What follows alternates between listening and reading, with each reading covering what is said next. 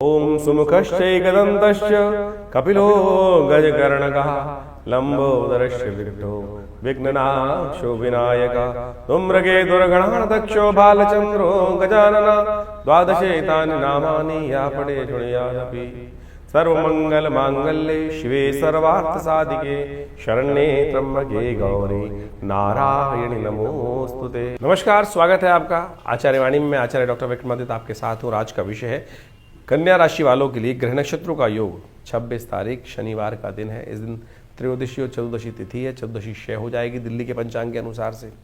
तो ऐसे में ग्रह नक्षत्र के दृष्टिकोण से योग आपके लिए जो विचार मन में आ रहे हैं बहुत सारे, उनको तवज्जो दीजिएगा, उन पर ध्यान देते हुए कार्य करेंगे। आपके विचार जो मन में आ रहे हैं वो गलत नहीं है, इस बात का ध्यान रखें। जो भी आप कार्य कर रहे हैं उसका कई मामलों में पूर्वाभास आपको प्राप्त होने के योग बनेंगे, और यदि उसको समझते हुए कार्य कर लेंगे तो बहुत अच्छा है। आप स्वयं अपने गुरु बन रहे हैं, वो आपके लिए अच्छा है।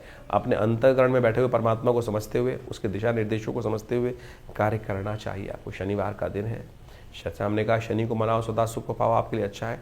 शनि स्तोत्र का पाठ करें, इस दिन बहुत अच्छा रहेगा। शनि आपके जो हैं वो जो कल्याण ढैया चला रहे हैं उनसे बचने का रास्ता आपको प्राप्त होगा। 27 तारीख रविवार का अवसर, अमावस्या तिथि है इस दिन, और इस दिन ग्रह नक्षत्र परिवर्तन की तरफ जा रहे हैं। सुबह 3 बजे के आसपास चंद्रमा आपके अष्टम भाव में विराजमान हो जाएगा। थोड़ा मनोमस्तिष्क को थोड़ा सा रिजर्व करता दिखाई देगा। सोचने के लिए, विचार करने के लिए थोड़ा सा दुविधा मन में उत्पन्न होती दिखाई दे रही है। थोड़ा सा संसार की जो कार्य हैं, संसार जो लोग रहते हैं, उनके स्वार्थी स्वभाव को देखकर मन थोड़ा छिन्न भिन्न हो सकता है। ये स्थिति मन की हो सकती है। थोड़ा संन्यास का भाव, संसार से विरक्ति का भाव मनोमस्तिष्क में उत्पन्न होता दिखाई देगा। साथ कारण है उसका, सूर्य जो है वो भरणी नक्षत्र में प्रवेश कर रहा है, शुक्र के नक्षत्र में प्रवेश कर रहा है, बुध जो है वहाँ पर अपने ही नक्षत्र में प्रवेश कर रहा है। ये आपके लिए बड़ा अच्छा है। बुध का थोड़ी शक्ति मिलने से क्या होगा, हम चीज़ों को समझ पाएंगे और चीज़ों को उसके अनुसार से कार्य करने के रास्ते बना सकते हैं। देखिए अमावस्या है इस दिन, कोशिश करें अपने पितरों के निमित्त तर्पण इत्यादि अवश्य करें। तर्पण करें, पितरों के निमित्त यज्ञ करें, गायत्री यज्ञ करें। हमने विवेकानंद योगाश्रम में इस दिन सुबह 8 बजे से लेकर 11 बजे तक एक यज्ञ रखा है, गायत्री यज्ञ। आप भी अपने पितरों के निमित्त ब्राह्मण भोजन, गायत्री यज्ञ में भाग ले सकते हैं। अवश्य उनके तृप्ति प्राप्त होगी, और यदि घर में कर सकें तो बहुत अच्छा रहेगा। यदि आश्रम पे कराना चाहते हैं तो फ़ोन नंबर से उन पर संपर्क साध सकते हैं। 28 तारीख सोमवार का अवसर है, और इस दिन विशेष तौर पर ग्रह नक्षत्र को देखिए परिवर्तन की तरफ जा रहे हैं। वैशाख का महीना अब शुक्ल पक्ष की तरफ प्रवेश कर रहा है और प्रतिपदा तिथि है। इसी दिन बृहस्पति महाराज भी परिवर्तन की तरफ जा रहे हैं। बृहस्पति महाराज मृगशिरा नक्षत्र, मंगल के नक्षत्र में प्रवेश करेंगे, और आपकी राशि के दृष्टिकोण से देखें तो ये मंगल के नक्षत्र में प्रवेश करने से आपकी स्थिति को अच्छा कर सकते हैं। मंगल थोड़े कमज़ोर जरूर हैं इस वक्त, लेकिन बहुत तेज गति से बृहस्पति का आगे चलना ये बड़ा अच्छा है, क्योंकि बृहस्पति महाराज परिवर्तन कर कर आपके सम्मान राज्य वाले भाव में जाएंगे, और वहाँ परिवर्तन करने से क्या होगा कि वो विशेष तौर पर आपकी राशि के दृष्टिकोण से वो शनि के उस प्रभाव से बाहर हो जाएंगे। अभी बृहस्पति शनि से पूरी तरह से प्रभावित चल रहे हैं, शनि से दृष्ट चल रहे हैं, और बहुत जल्दी परिवर्तन की तरफ जाने का एक रास्ता जो बना रहे हैं वो आपके लिए कल्याणकारी हो सकता है, लाभ का रास्ता खोल सकता है। इसके साथ साथ शनि महाराज जो है वो विशेष तौर पर आपकी राशि के दृष्टिकोण से भी समझें तो वो शनि के ही नक्षत्र में प्रवेश कर रहे हैं। ये दोनों परिवर्तन बहुत महत्वपूर्ण है। एक तो बृहस्पति अच्छी तरफ जाने की तरफ अग्रसित हो रहे हैं, लेकिन शनि और ज़्यादा ताकत में आ रहे हैं, और ज़्यादा ताकत में आने के कारण से थोड़े से जिद्दी स्वभाव आपके अंदर थोड़ा बढ़ सकता है। तो थोड़ा सा कन्या राशि वालों को सावधान होकर चलने की ज़रूरत है। इस वक्त अच्छा रहेगा कि शनि का स्तोत्र पाठ नित्य प्रति करते रहें, शनि के निमित्त मंत्र जप नित्य प्रति करते रहें, वो बहुत ज़रूरी रहेगा। ओम शनि का मंत्र है ओम प्रांग प्रींग प्रोंग से शनिश्चराय नमः। इस मंत्र का जप करना आपके लिए अच्छा है, कनिष्ठ को दूर करने वाला है। 29 तारीख मंगलवार का दिन है, द्वितीया तिथि है, परशुराम जयंती है इस दिन। और देखिए आपकी राशि के दृष्टिकोण से बात करें तो बृहस्पति के साथ बैठ गए हैं जाके चंद्रमा उच्च के होकर। ये आपके लिए बहुत सारी चीज़ों को ठीक करने का रास्ता बनाएंगे। कम से कम ये 2-3 दिन तो आपके लिए बहुत प्रॉस्पेरिटी, भाग्य से बहुत सारे रास्ते बनते दिखाई देंगे। लेकिन ध्यान रखिएगा शनि अभी भी बृहस्पति पे भी दृष्टि डाल रहे हैं, चंद्रमा पे दृष्टि डाल रहे हैं, तो वो वहाँ पर भी कहीं ना कहीं शनि को कष्ट पहुँचाने के योग, शनि के कष्ट बृहस्पति पर भी पड़ते दिखाई दे रहे हैं। इस दिन परशुराम जयंती है, और परशुराम जी इस संसार में वो है कि जो अजर अमर हैं, अष्ट चिरंजीवी के अंतर्गत आते हैं। तो उनकी आराधना करें, उनका पूजन करें, ब्राह्मणों की सेवा करें, ब्राह्मणों का आशीर्वाद लें। इसलिए ये उपाय कर कर आप अपने अनिष्ट को दूर कर सकते हैं, शनि के नेगेटिव प्रभाव को दूर कर सकते हैं। 30 तारीख बुधवार का अवसर, तृतीया तिथि विद्यमान है, अक्षय तृतीया है और बहुत सुंदर योग है। चंद्रमा उच्च के होकर आपकी राशि में सुंदर योग बना ही रहे हैं, साथ में अक्षय तृतीया का योग बन गया है। ये आपके लिए अक्षय फल की प्राप्ति है। पुण्य करें, अच्छे काम करें, बुरे काम बुरा विचार करें, न बुरे कर्म करें, शुभ कर्म करेंगे तो उसका अक्षय फल प्राप्त होगा और जो अनिष्ट योग बन रहे हैं उससे दूरी आपको प्राप्त हो जाएगी। इस प्रकार से आपने ग्रहों का खेल दिन पर दिन किस प्रकार का रहेगा वो समझने का प्रयास किया। देखिए, ये ग्रहों का जो खेल है वो विशेष तौर पर हर रोज परिवर्तन के साथ आगे बढ़ता रहता है जीवन। लेकिन इस समय जो चतुर्ग्रही योग बना हुआ है वह पूरे अप्रैल के अंदर जिस प्रकार चलने वाला है वो कहीं ना कहीं इस समय ग्रहों की युति को शुभ नहीं करता। और ये चतुर्ग्रही योग जो है वो कई बार जब भी जन्मपथ विशेष तौर पर गोचर में बनता है तो वो संसार के अंदर कुछ ना कुछ अशांति, चाहे वो प्राकृतिक आपदाओं को उत्पन्न करने के योग बनाता है या विश्व में अशांति का वातावरण बनाता है। जनमानस में अशांति की तरफ प्रवृत्त करने के लिए बहुत सारे उपद्रवी तत्व जो हैं वो प्रेरित करते रहते हैं लोगों को अपने स्वांता सुखाई। संसार में लोग अपने स्वार्थ के लिए पता नहीं कहाँ कहाँ किस किस प्रकार से किन किन के जीवन को बर्बाद करने का प्रयास करते हैं और ये आज से नहीं अनादिकाल चलता रहा है। और इन्हीं सब चीज़ों को समझकर ज्योतिष के आचार्यों ने इन योगों को समझते हुए इन चीज़ों को लिखा, बताया कि किस प्रकार का योग चल रहा है। जैसे आप देख रहे हैं कि इस वक्त आपके राशि के दृष्टिकोण से हमने दिन पर दिन किस प्रकार का योग था वो तो समझाए, लेकिन ये भी समझने की आवश्यकता है कि विश्व के दृष्टिकोण से जो इस वक्त ग्रहों का योग है, चाहे वो शनि महाराज है, शुक्र है और राहु इत्यादि हैं और साथ साथ बुध इत्यादि, इन चारों ग्रहों की युति जिस प्रकार से ग्रहों की बनी हुई है वो विश्व को कहीं ना कहीं अशांत करती है और ये प्राकृतिक आपदाओं को भी लाती है, भूकंप इत्यादि। अभी आपने देखा कुछ दिन पहले भयावह भूकंप की कई बार स्थिति बनी, वो ग्रहण के कारण तो थी, लेकिन और भी बहुत सारे कारण बनते रहते हैं और ऐसे में अभी इसका प्रभाव कुछ दिन रहने वाला है और अगले महीने मई में जाकर कई ग्रहों का परिवर्तन का योग बनेगा, चाहे वो बृहस्पति हो, चाहे वो राहु ग्रह हो और बहुत सारे ग्रह भी परिवर्तन की तरफ जाने का योग बनाएंगे। और इस वक्त जैसे आप समझे मंगल ग्रह भी अपने सबसे कमजोर स्थिति में चल रहा है, तो ऐसे में दुस्साहस के योग भी बनते दिखाई दे रहे हैं। इसके साथ साथ देखिए, अभी जो विश्व के दृष्टिकोण से हम समझें तो अगर आप ग्रहों के योग को देखें तो वो ऐसा दिखाई देता है कि विश्व में दृष्टिकोण से जो सूर्य राजा बनकर इस बार आए हैं, मंत्री पद भी उनके पास है, तो इसके कारण से विश्व में गर्मी का भयावह प्रभाव देखने को मिलता दिखाई देगा और गर्मी के भयावह प्रभाव के कारण से अग्निकांड, विस्फोटक योग, ये सब भी कहीं ना कहीं परेशान कर सकते हैं। तो हमको अपने जीवन को सही चलाने के लिए अपने ग्रहों को सही रूप से समझते हुए उपाय करने का प्रयास यथाउचित भाव से करना चाहिए। कई लोग विशेष तौर पर अपने ग्रहों को समझकर परेशान हो जाते हैं और कई बार गलत रास्ते पे चल देते हैं। देखिए, शास्त्र में तो सिद्धांत के तौर पे ग्रहों का उपचार बताया गया है। उपचार बड़ा सीधा साधा है, परमात्मा की आराधना करना और सबसे पहले समय को पहचानना कि समय क्या करवाने जा रहा है हमसे, हम किस प्रकार से अपने आप को रोक सकते हैं।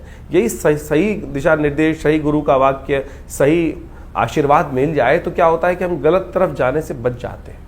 नहीं तो जीवन है, चलना है, ये धरा तो गोल ही है, चाहे इधर से जाओ चाहे इधर से जाओ, लेकिन सदगुरु की प्रेरणा होगी तो जो दिशा हमारे लिए उपयुक्त होगी वो हमको प्राप्त हो जाएगी। सही दिशा में हम कार्य करने शुरू कर देंगे और नहीं तो फिर संसार में गोल चक्र तो है ही, एक लंबा रास्ता एक छोटा रास्ता है। तो इसलिए यदि अनुभव का लाभ लेते हुए हम जीवन में अपने सही मार्ग पर चलने का प्रयास करेंगे तो बहुत अच्छे से जीवन को बहुत बढ़िया तरीके से आगे बढ़ने का रास्ता बना सकते हैं। लेकिन लोभ एक ऐसी चीज है और तो और साथ साथ हम अहंकारवश, लोभवश, मोहवश कई बार अपने जीवन को कष्ट में डाल देते हैं।